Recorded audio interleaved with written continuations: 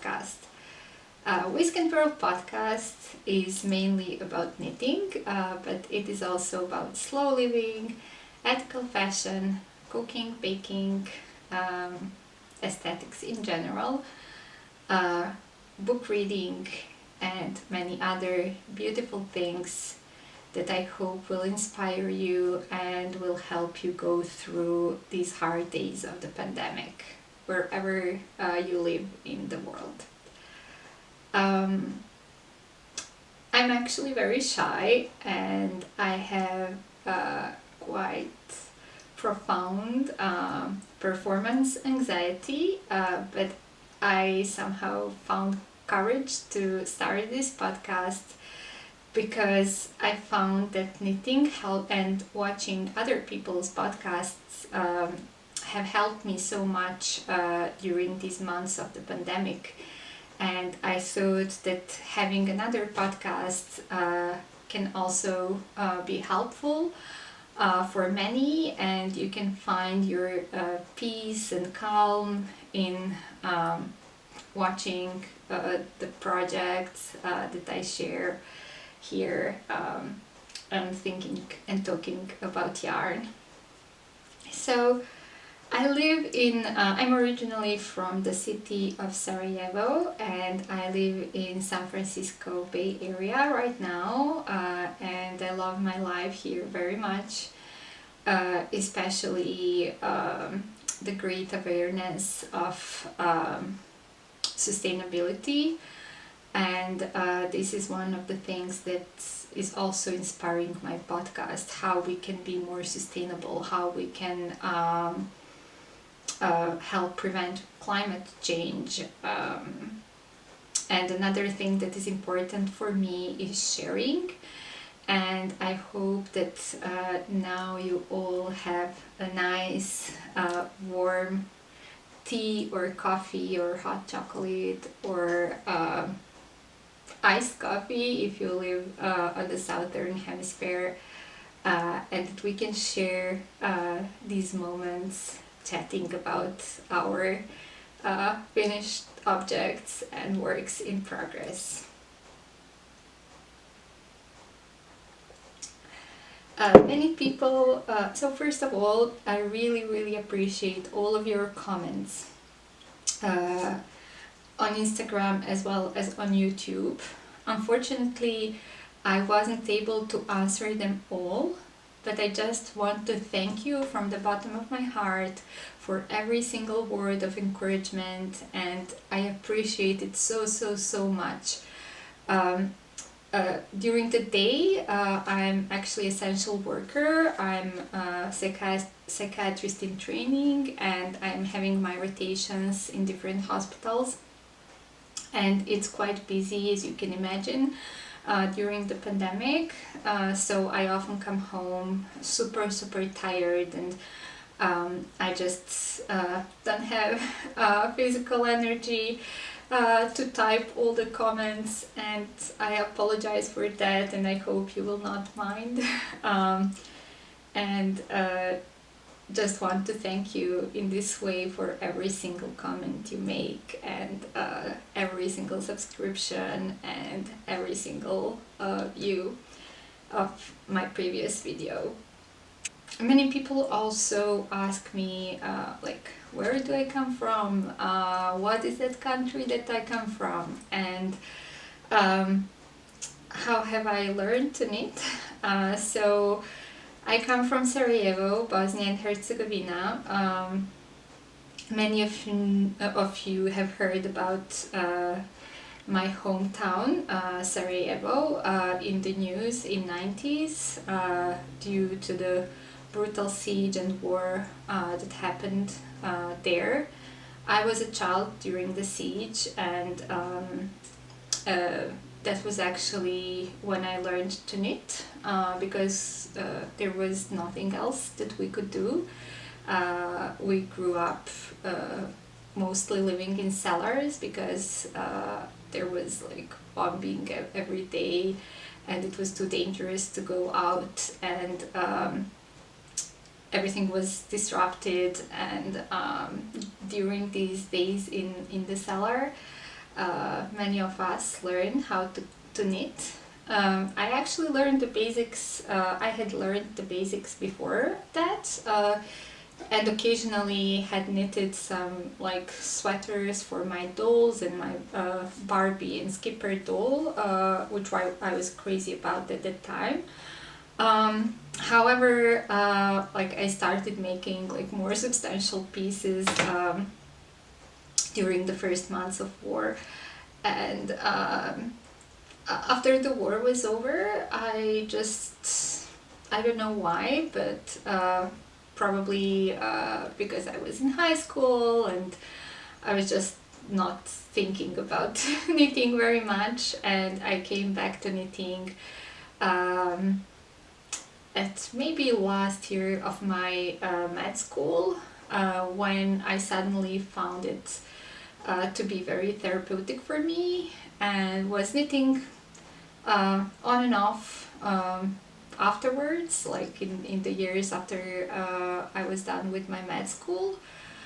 But it's basically over the last 3 years since I moved to the US that I became like totally addicted to knitting, and that there is no day that passes without a stitch made.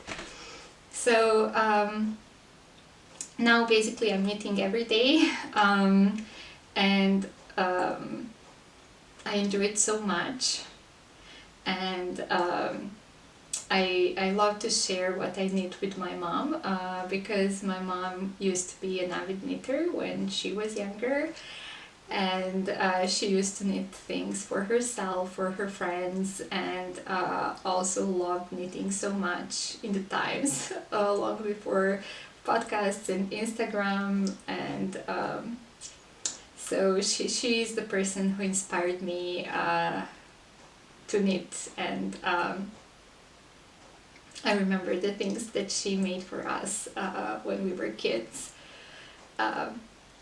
As we were growing up in the country that was at that time was called Yugoslavia, there were not many imported things like from Western Europe, but we did have like imported magazines and could follow the fashion. And oftentimes like things that were imported were super expensive, so my mom would just copy things from like luxurious journals and would make us like I don't know, would knit us a lovely sweaters, and would sew us skirts and dresses and different things for my dolls and for my dollhouse. So she likes what I knit, and she will also start watching this podcast, and I hope she will enjoy it very much. So yeah, cheers to my mom.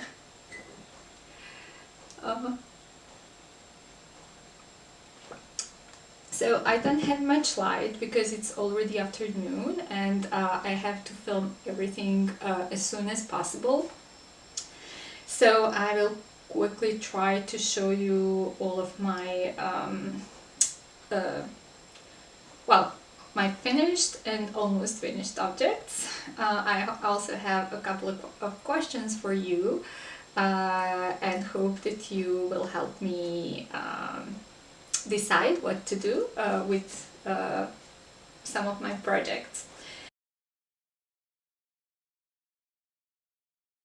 So first of all,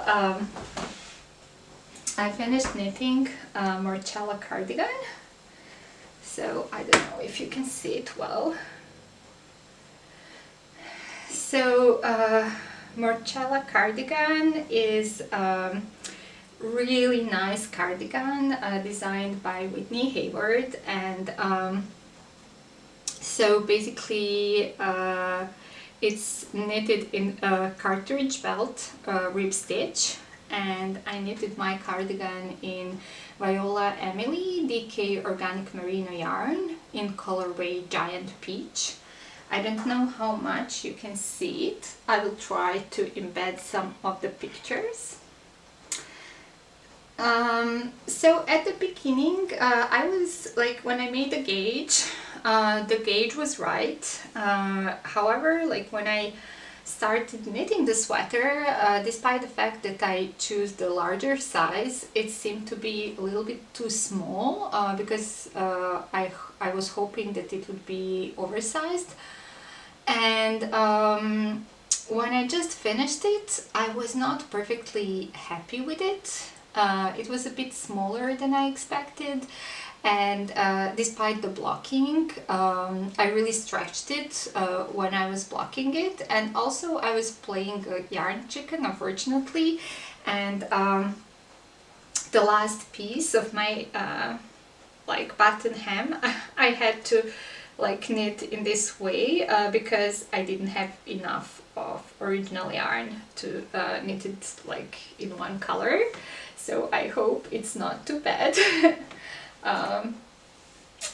However, but like when I just finished this cardigan, I was a little bit disappointed, so it was a little bit different than what I had expected. But I started wearing it, and so far I'm literally living in this sweater, and it took me a while to knit this sweater, to knit this cardigan, because it's a slow knit. I think it's the nature of this stitch. But it was enjoyable knit. I really like this yarn. It's so gorgeous. It's rustic but so soft and squishy, and really makes like the I like the way the stitches are defined. So it overall, I'm now super happy with the sweater, and I will continue to wear it. It's also very versatile, and you can literally wear it with something very fancy, or when you are at home. Or yesterday, for example, I was helping my friend to move, and I was wearing it with my jeans, onesie jeans overalls, and it was totally cool. So oh yeah, the other project that I wanted to show you is actually the sweater that I'm wearing, and it is the lovely sweater from the book Knits About Winter. And I will not exaggerate if I say that this is my favorite knitting book so far. And let me just show you here.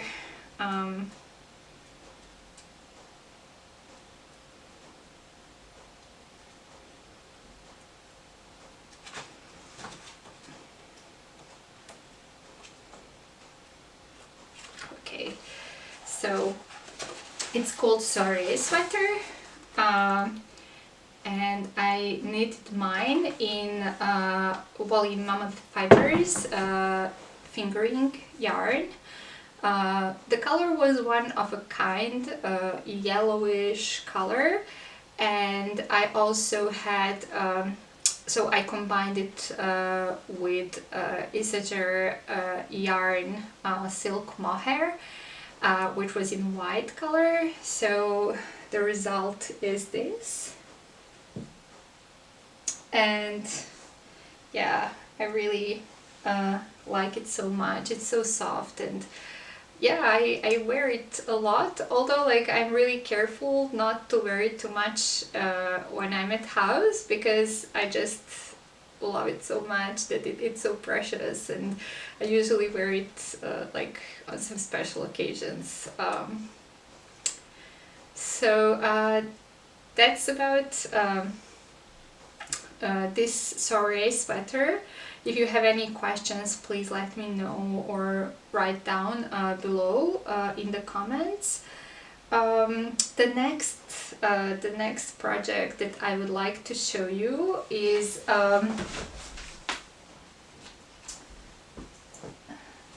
almost finished project.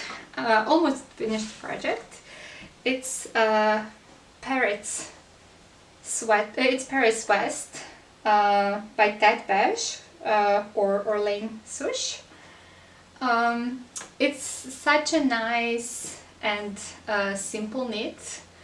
I love it so much. I knitted it in Viola Emily superwash fingering yarn, superwash merino fingering also in Giant Peach, and in Viola Emily silk mohair in Acorn colorway, and this is the result. I really love it. And let me show you the yarn. Okay, I don't know if you will be able to see how beautiful it is. And this is what is left from little Acorn mini. So I started knitting folded hem for the neck, like folded collar. However, I just like, when I finish this, I like how it looks right now. And my question for you is whether I should just leave it as it is or I should fold it. Let me know what you think. I'm really interested to hear your opinion, especially because at this moment I'm indecisive and I would like to finish it as soon as possible so that I can wear it. So this is it, and of course I need to wave in the ends and lock it at the end. I'm already planning to knit another Paris West, and I hope to show you next time when we see each other. Two works in progress that I would like to share with you are so one of them are these gorgeous whimsical sock collective socks. So basically I knitted one until the finishing, and I knitted the second one almost until the finishing. However, I realized that it was a little bit larger, and I just frogged it. So this is where I'm right now, and hope to finish it by Christmas, because the secret is this is supposed to be a gift to one of my friends. I knitted it in Retrosaria Pomar Vovo yarn, which is rustic yarn, but so lovely, so lovely. And just speaking of like rustic yarns, I really love knitting with rustic yarns. I do sometimes knit with superwash, usually when I really appreciate the dyer. For example, I like Viola Emily yarns, or Big Little yarn, Little Big yarn, like Melanie's company, and how Melanie Asato, how she dyes the yarn in superwash, or Grenouille. I like her yarn that is in superwash, and some other indie dyers as well. And sometimes I do buy superwash or sock yarn, but generally I prefer knitting in rustic yarn for so many reasons. First of all, it's better for the environment, as the yarn is not chemically treated. Second, it's much more warmer, like it's warmer, and it's also like more enjoyable to knit. And like definition of stitches is much better in rustic yarn than in superwash, at least for me as kind of loose knitter. I like how my work looks in rustic yarns. So Volvo is rustic yarn, but it is so soft and so squishy and nice. Okay, and the final project I would like to talk about is my Hiedra mitts by Lovely Fiber Tales, and I knitted them in Hudson and West CO yarn forge. This is actually worsted weight yarn, and it's also rustic but very beautiful. This is American yarn. I don't know how can you see it. Is it a little bit better now? Okay. And wow, this is the other one. This one is super entangled because I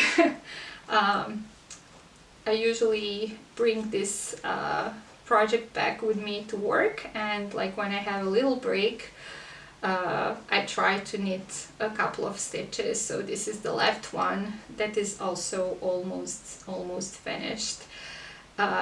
I also hope to finish them soon, and I'm looking forward to these mitts because I think they will be super practical for my biking. Sometimes it's hard for me to bike like in the gloves that have like full fingers, so these mitts will be like really good for biking. And by the way, I'm biking to work. I think it's healthy and good for environment, and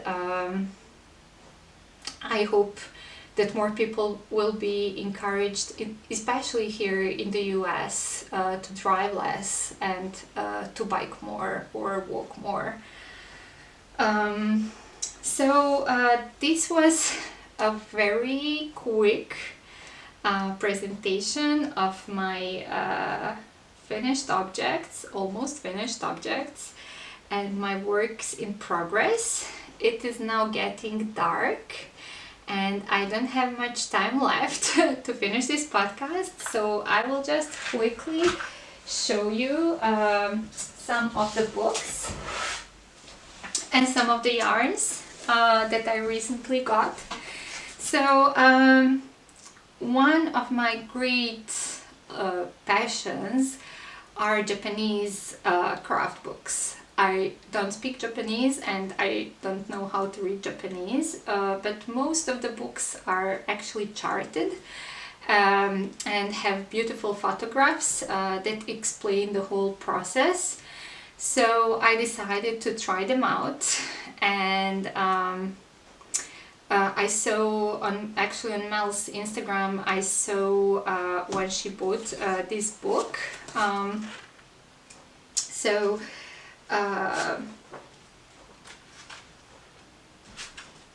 I think it's called Knitting with Friends.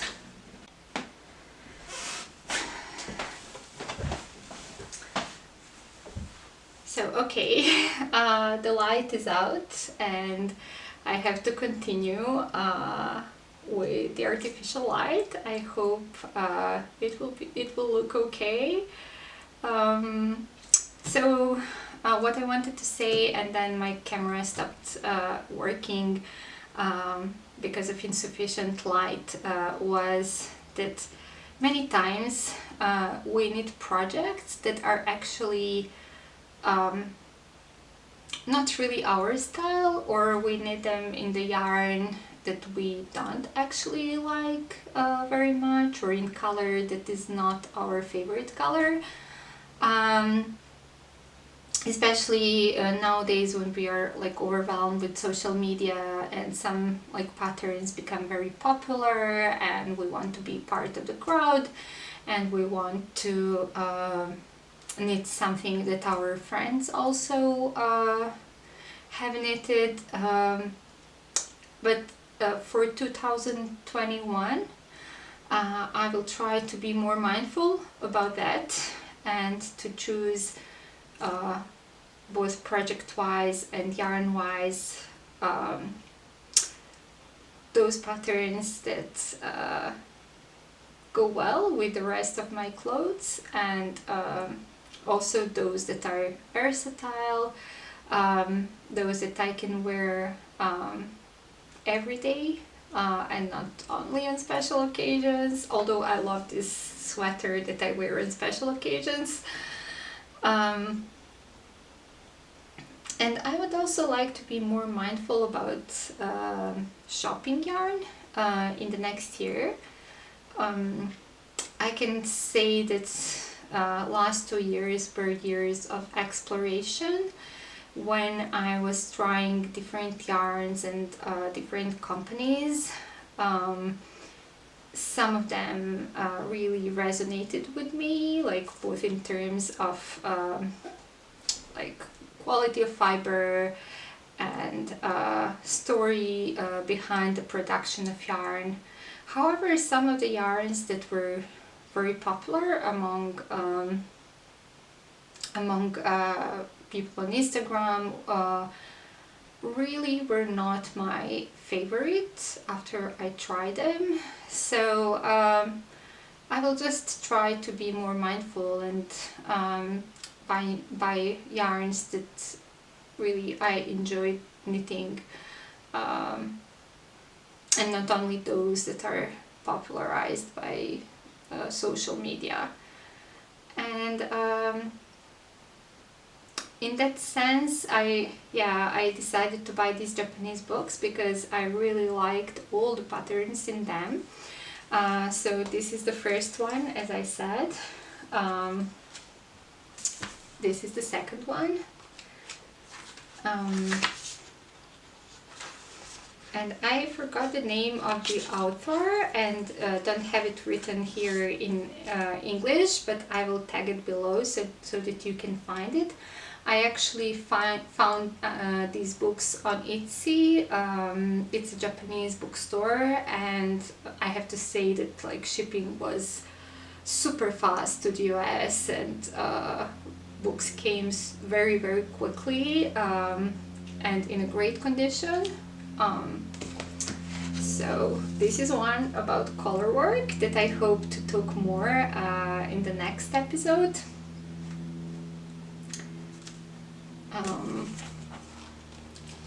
So this is another one. And last but not least, while browsing books in this bookstore, I found a book that is called Bosnian Crocheting. I'm Bosnian, but I actually had no idea that it was a thing in the world of crafters. So I purchased this book just to explore what is it about. For me, this was the only actually way to crochet, and it's just how we learn to crochet. And I had no idea that this is actually a specific technique, and appreciated technique, and I was so happy to discover it, especially like to find a book to find Japanese book about Bosnian crochet. So yeah, I hope to discover more about my own country's traditions when it comes to crafts and knitting and crochet and cooking, and so this will be one of my long-term future projects. I'm also, by the way, anthropologist, so that loves ethnography, and I can't wait to explore more about this.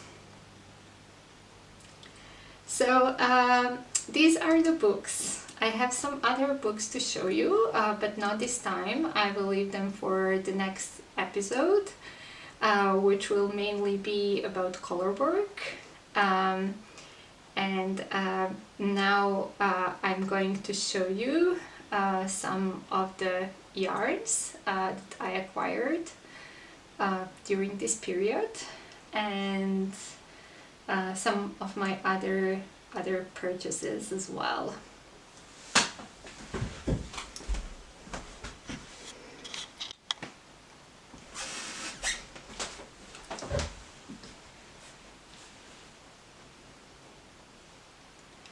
So in terms of yarn purchases, I was so grateful and so lucky when my parcel arrived all the way from Sweden with the best yarn in the world, which is Nutiden yarn, pre-yarn, which is just wonderful. I love it so much, so much.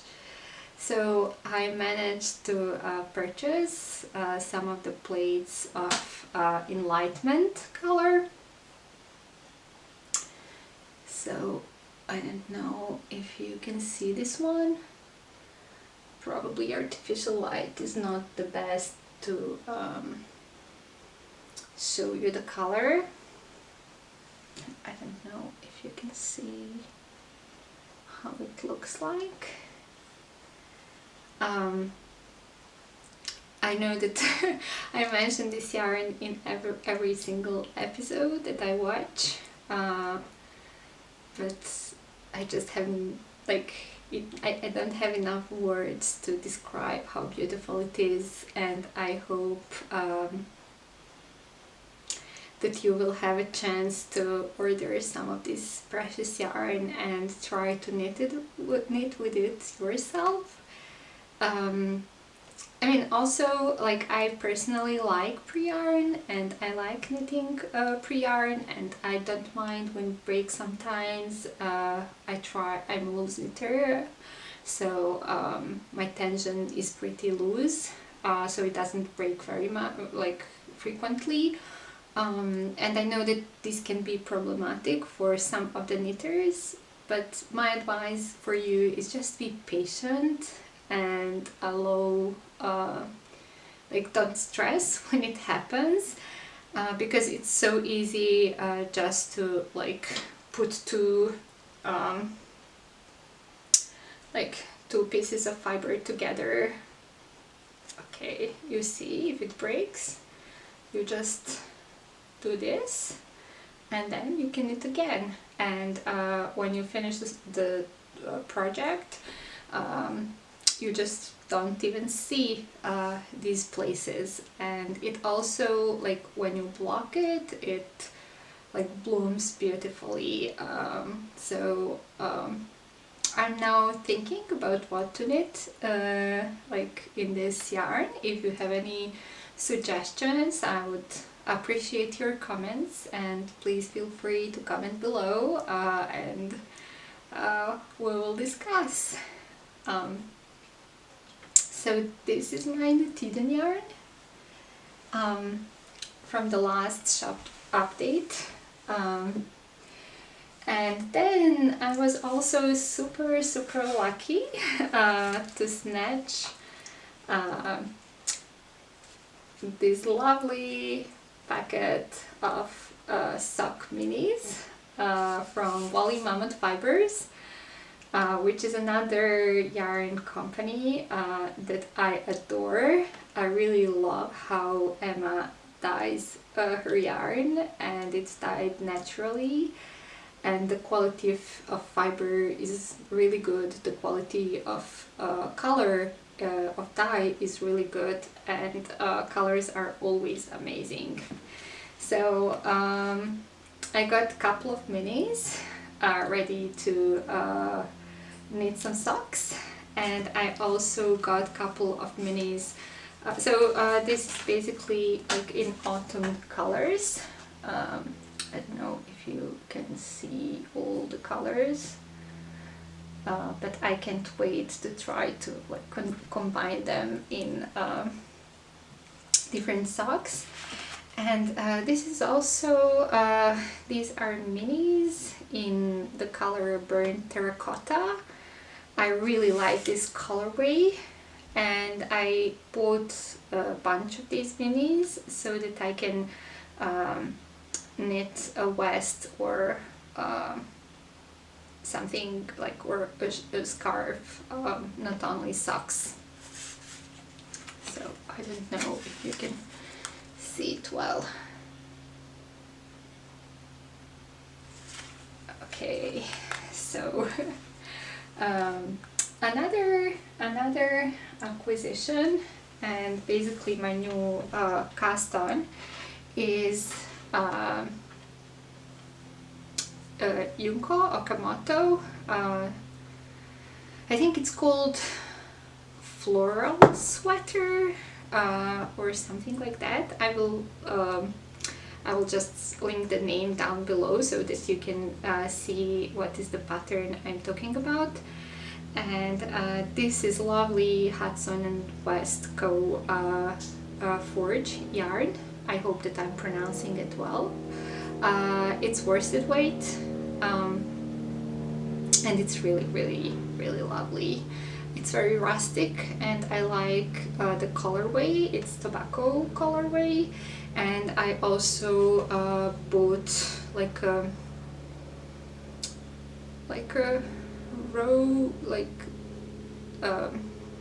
dusty rose color and white color, as well as yellowish color, and I will try I will use these yarns like for the color work portion. So these are my yarn acquisitions, and as you can see, most of them are rustic yarns, and I also bought some of the accessories. First accessory, like the biggest investment, was actually a yarn winder. I hadn't had a yarn winder before, and I actually bought a new yarn winder, which is handmade from maple tree wood, and it's from Fiber Supply Co. I will also tag it down below so that you can see what is the product that I'm talking about. But it's and you will see in one of the clips how actually I wind the yarn, and it's very meditative, much more actually meditative than manually winding the yarn, which I did with my knees. And I have been doing it for like years, but then I just I found that sometimes I don't cast on the project because I'm too lazy to wind the yarn, and just realized that it's probably a time to buy a yarn winder. So I opted for a wooden version because it's natural, it's more pleasurable to work with, it's also more sustainable, and it's a manual version, so it's not electric version, and I really enjoyed winding the yarn with this winder, so this is one of my cakes. Another thing that I would like to show you are these lovely project bags by Alex Collins. So I used the discount on Melody Hoffman's Patreon page to order some of these, and I really like them. I like these simple project bags where you have just like a small minimal print, and these really resonate with my aesthetics, and I'm looking forward to use it for many of my projects. So I mean, of course, I also like very much quilted things and quilted bags. And in terms of quilted bags, I think that you saw the bag that I was using for my whimsical socks. This is made by Lovely River, or a Knitter Homestead on Instagram. And also another one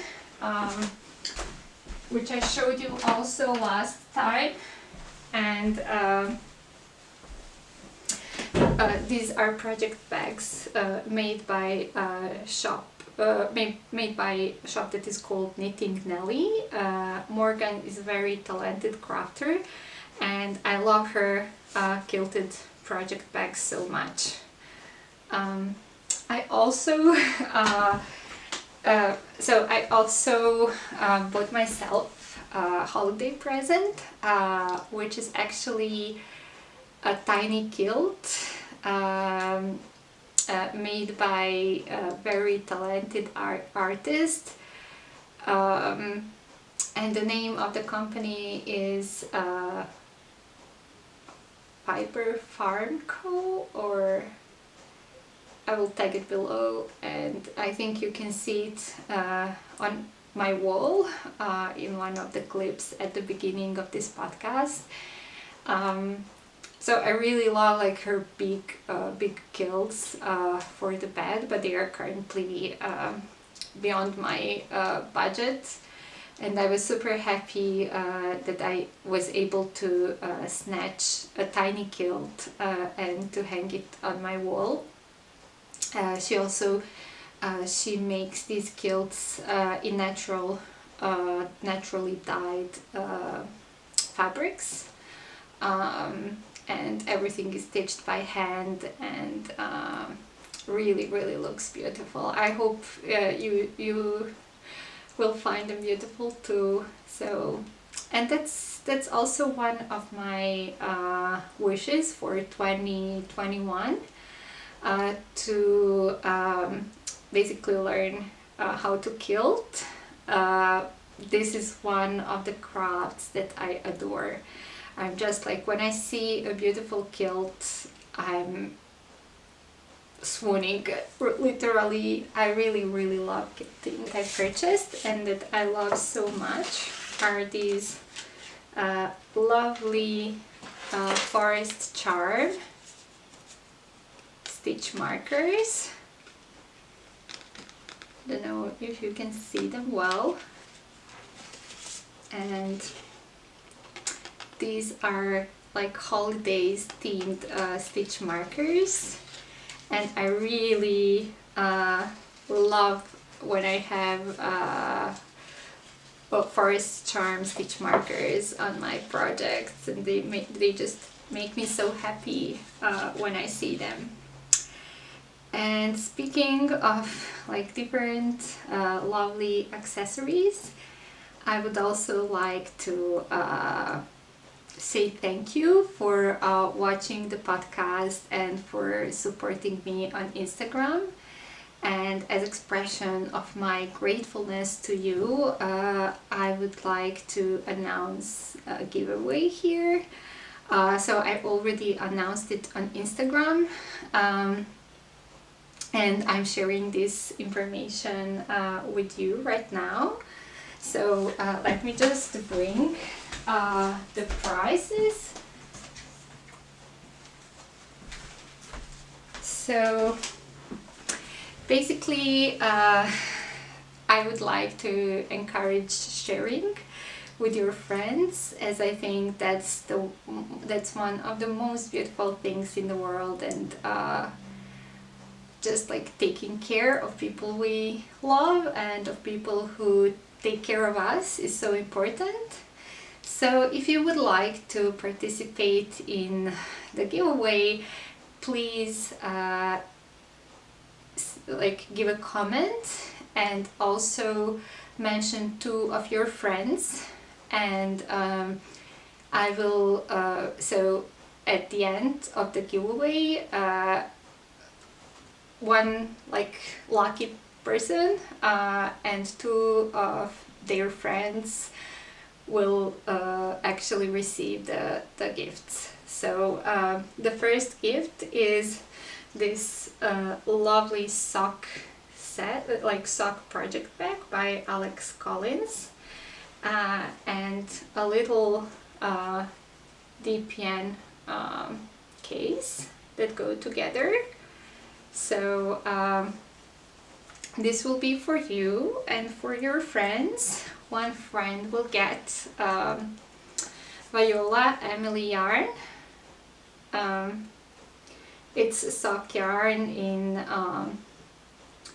dogwood colorway. I don't know if you can see it. And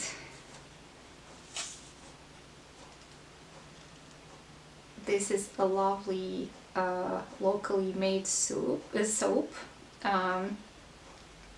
And this is a green tea soap, and it's made in collaboration of Ed and Billy Company and my favorite shop where I usually buy tea.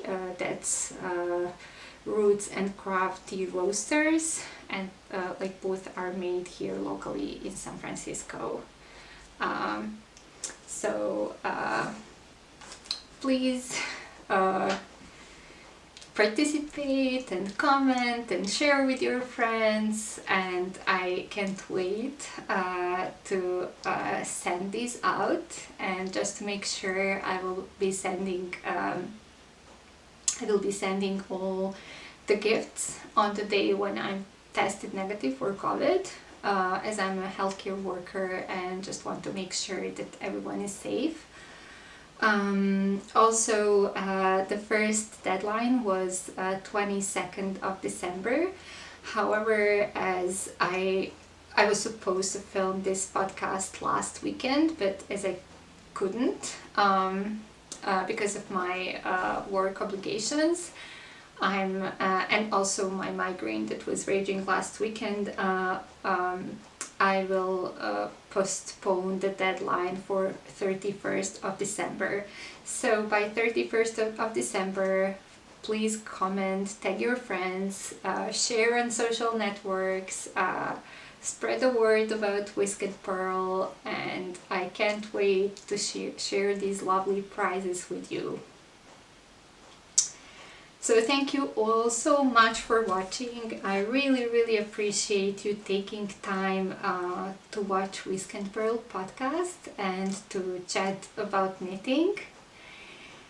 I hope to see you very soon, and I hope to meet you on social networks and hopefully one day in real life, and